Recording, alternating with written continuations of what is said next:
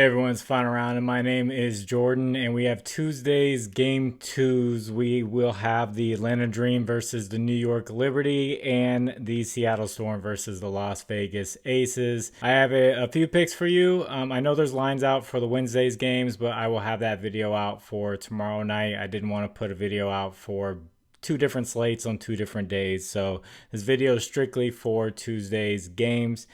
So let's hop right into it. You'll see images that come up on the screen about right here. Those will be from a data app called Outlier. There's a link in the description that'll give you a 7-day free trial for Outlier. So this first pick from the Atlanta Dream and New York Liberty game is going to be Jordan, Canada, under 10.5 points at -128.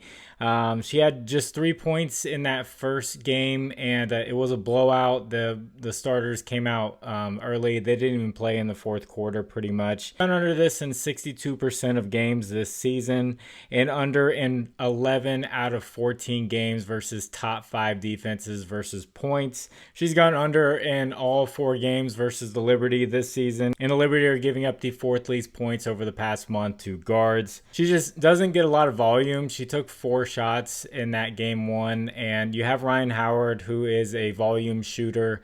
Lisa Gray sometimes can be, and Tina Charles sometimes can be. Her role is mainly to get assists, get the offense going. The Liberty forced 5 turnovers from her in the first game, so she just really struggled with the ball and the on-ball pressure that the Liberty brought towards her. So if she gets 11 points, it's going to be a hard-fought 11 points. But in a do-or-die game, it's going to be Howard, Gray, and Tina Charles taking most of the shots here. It's not going to be Jordan Canada trying to save the day, and watch, I'm going to say that, and watch her just go off and end up hitting a game winner or something like that.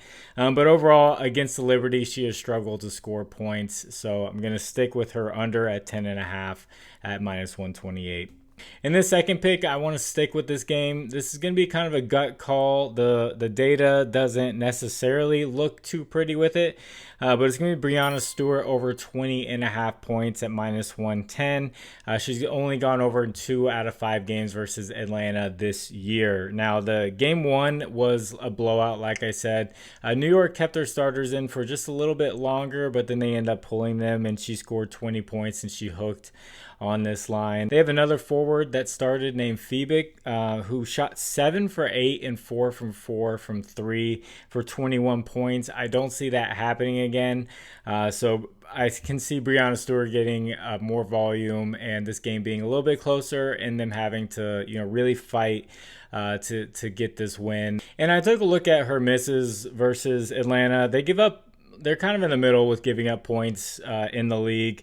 And obviously she had the game where, she sat because it was a blowout. So game 1, she went under there. Game right before that where she scored 16, she just played 16 minutes. That was the last game of the season. They just wanted to kind of get the players some run, take them off the court, make sure they don't get hurt. And she dropped 16 points in 16 minutes against Atlanta. And then her other under, she played just 29 minutes, and she scored 17 points on 9 shots, and that was another blowout.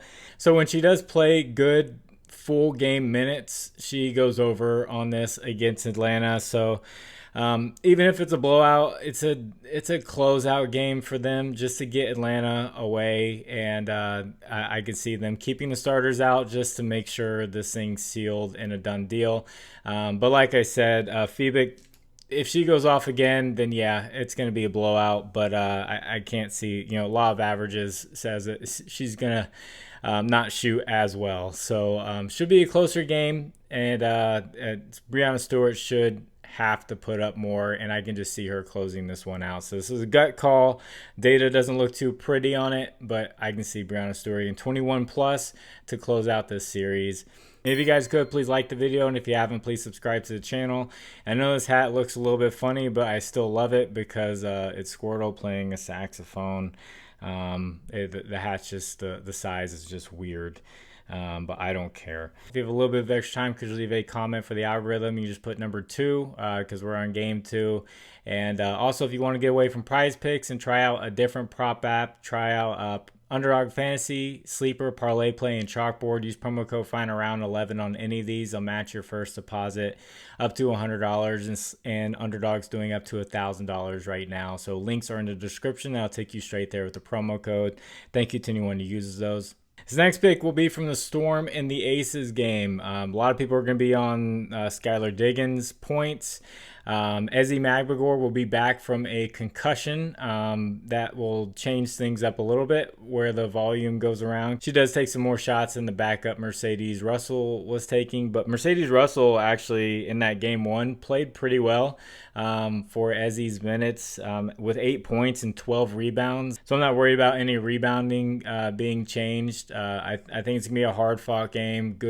Two good defenses. A lot of rebound opportunities here for Seattle Storm players because the Aces, they give up a lot of rebounds in the final month of the season. But when you look at playoff games, and I've done 2 NBA playoffs so far, you have to think about adjustments, what's going to happen. It's not going to be the same game that you saw previously. So I'm going to go with Gabby Williams, and I'm going to go with over 8.5 rebounds plus assists at -110. Her points has already been bumped up to 12.5. Reason why I'm not going with her points is Ezzy Magbegor is going to be back. I checked her scoring with playing with Ezzy Magbegor, and it was up and down.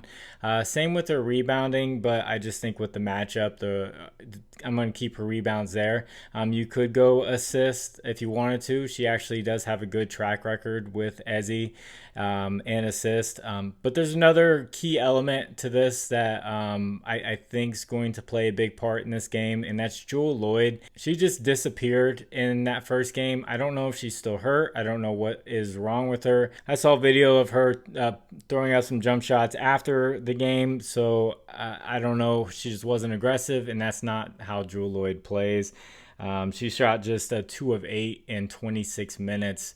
So you have Ezzy coming back, and I feel like an adjustment is going to be Jewell Loyd taking more shots because they need her. If you don't have Jewell Loyd, your best scorer, you're not going to win any game in this series. And I know it's a tough matchup to begin with, but if you even want to have a chance, you need Jewell Loyd. So I think that's going to help out with Gabby Williams' assist, Ezzy being there, and Jewell Loyd being more aggressive, which she should be.